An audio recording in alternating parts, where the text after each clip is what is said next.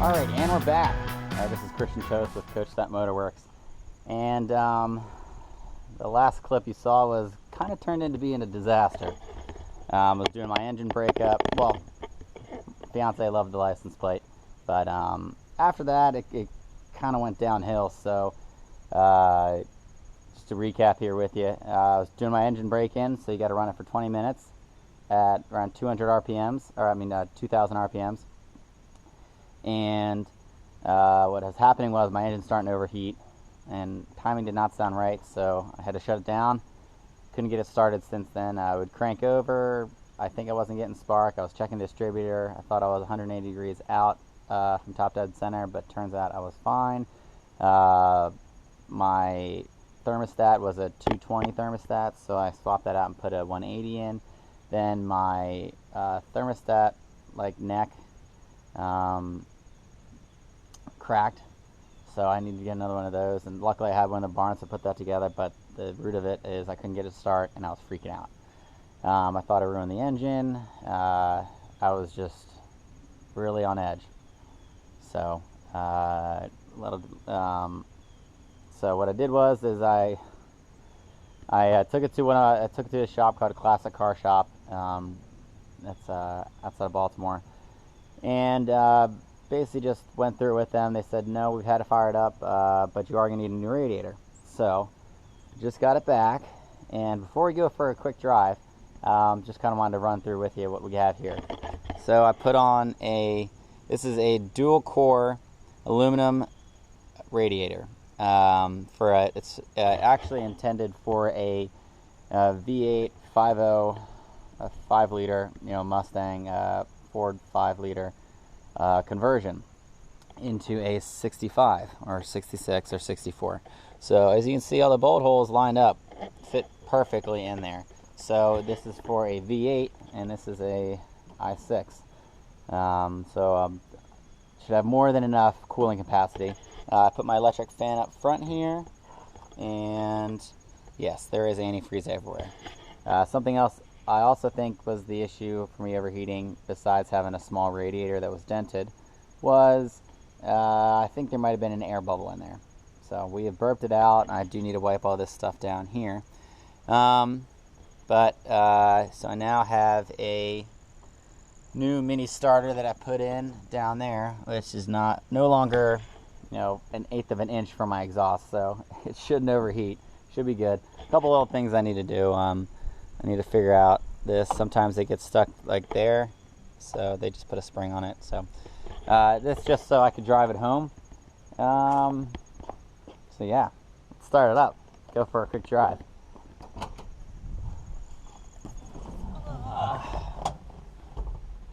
All right. Well, here we go.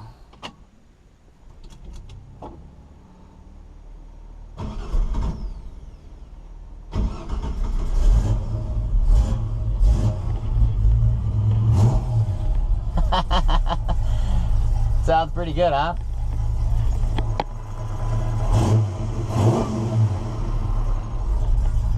You wouldn't know it's only a 6-cylinder. And I was having trouble getting in reverse with this top loader. Did not realize that you go up and then over. So I forward 1, 2, 1, 2, 3, 4, and then lift it up. And that's reverse. Learn something new every day.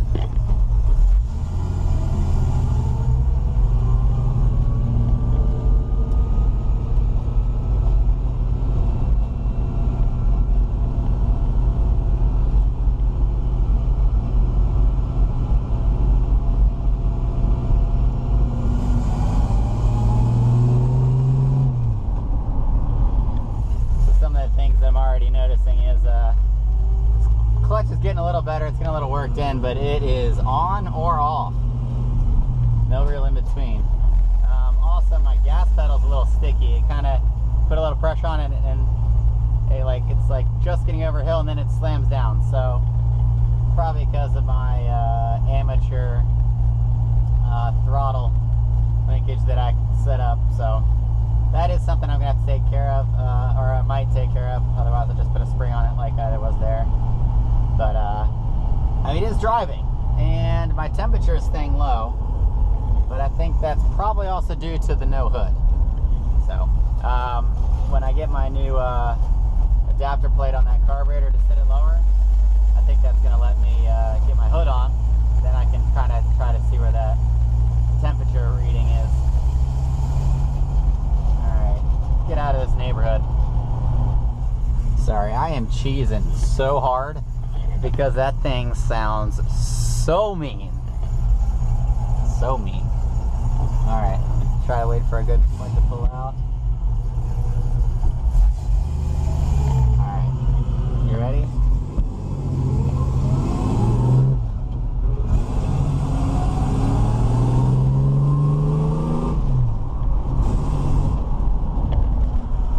Yeah, that is a lot quicker than my little 200 cubic inch 6-cylinder.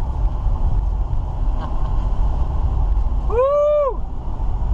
Alright, I am freaking pumped now. And that, it's not even a V8, but it sounds awesome. So those of you who are watching who will be at the wedding, you get a little sneak peek now. Let's hope we have I just hope that we have a hood for the wedding. Alright. See you when I get back home. Alright, so we are back. Made it back in the barn. All good. Alright, so the only thing I'm kind of looking at from here is trying to think about, should I paint these? I mean, the rest of the radiator's there, so it doesn't really matter, but probably just leave it. That'll be one of the final things, so need to work on that. I really just need to be able to get the carburetor, though. That is my #1 priority. I got reverse, I got forward, I can go, it runs great. I mean, I'm super pumped. I hope you guys are excited too. It's been a long journey to get to this point. It is exciting. And I got 2 weeks left. So I think I'm gonna make it. Knock on wood. But I'm gonna make it. But alright, so I'm gonna get to working on some of this other stuff here that's not hot. I'll check in with you later. Bye. Alright, so here we are again with my height issue. So to help, I took the other air cleaner off. And this would point, I guess, that way. But if you look here, still sits a little high. So I got another carburetor adapter. One hole, two. And that'll go here. I have one here, but the biggest issue, if you can see, is this plate right here. So I'm going to try to delete that, and it's basically the same as this, and basically this would mount straight to the manifold, which is what I'm hoping this will do. So let me go ahead and take that off, and hopefully the bolts line up.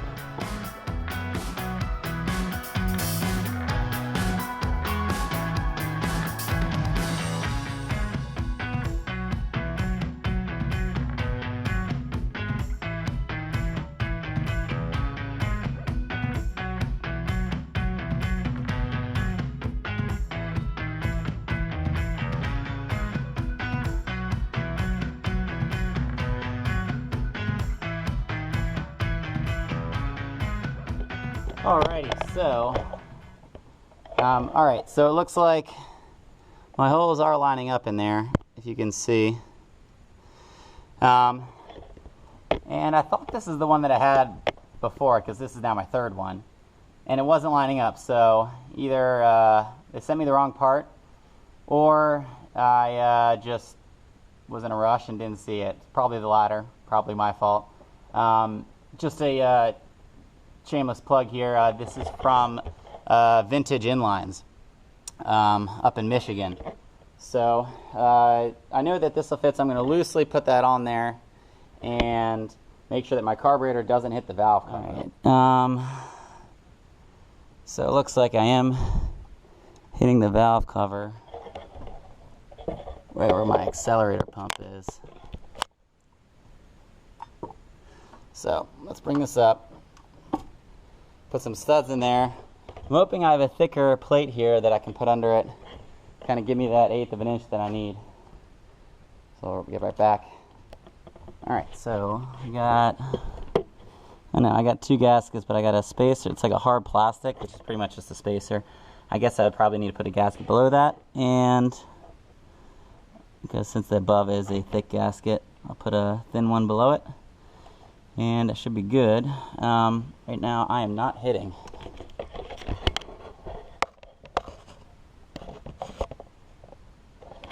There's just a little bit of daylight just through there, so it's my best chance. Let's put the top hat thing on.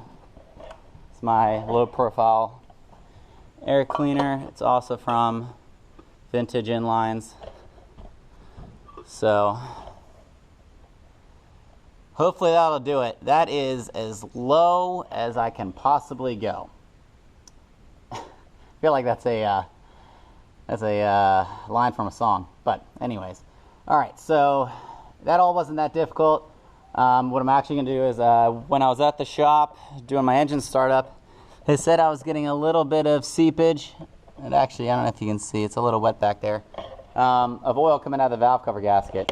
Like I mentioned before, this was rebuilt 3 or 4 years ago, put all back together, and hadn't ran it obviously in 3 to 4 years. So I think that gasket might have kind of hardened up a bit, or it could be loose. I mean, I'm going to test the bolts here to see if it's loose, but most likely I'm just going to put some gasket maker around below that gasket and above it.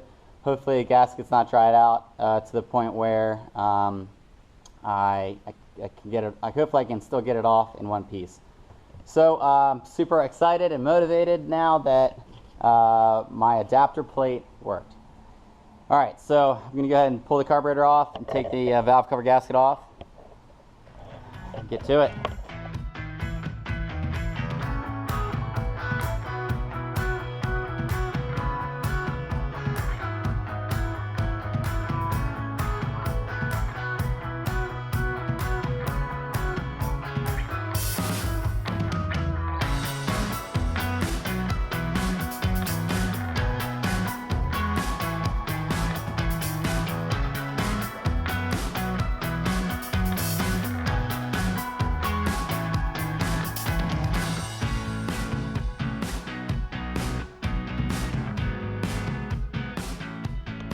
Alright, that was a close one. I thought I was going to rip it.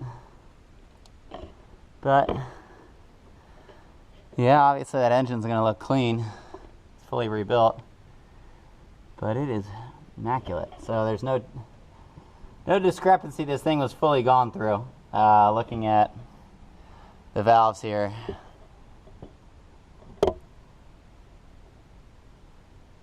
Just checking to see if any of them are loose. All tight.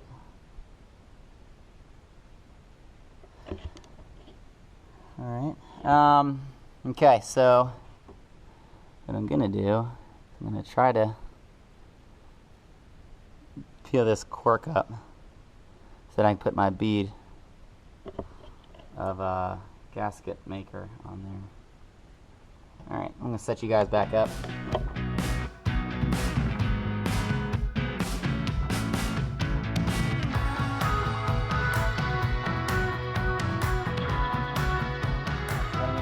For my valve cover gasket, Permatex is usually the stuff to use. This is called the right stuff. I've never used this actual kind of this type before, but it has this. It's compressed, or not compressed. What's the word?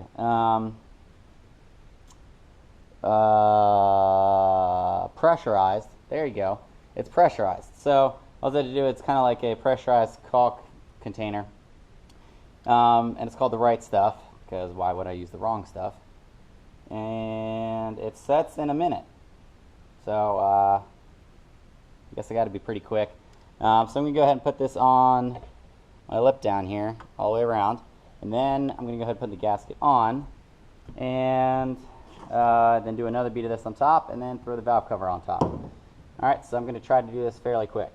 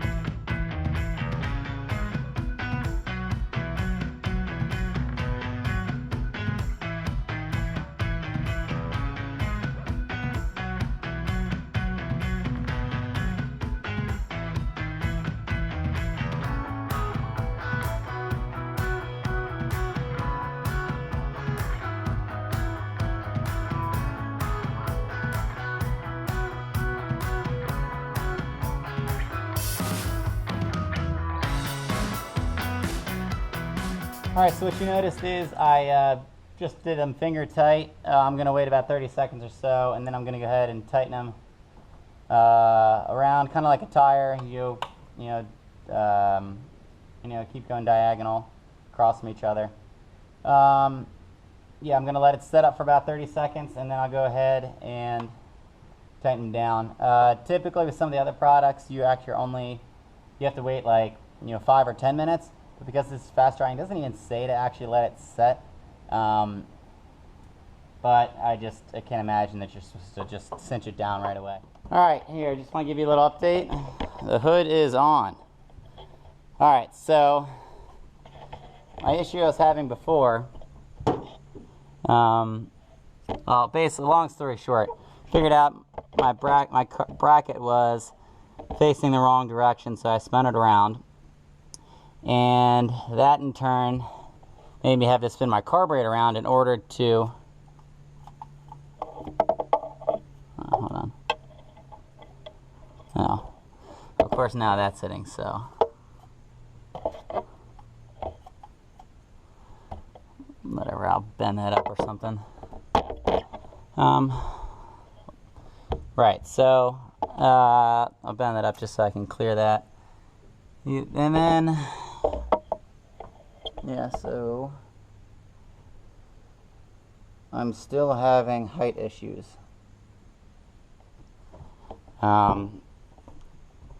Basically, sorry, I'm just exhausted and kind of frustrated because I took a good inch or so out. Got that guy on there, and it still hits.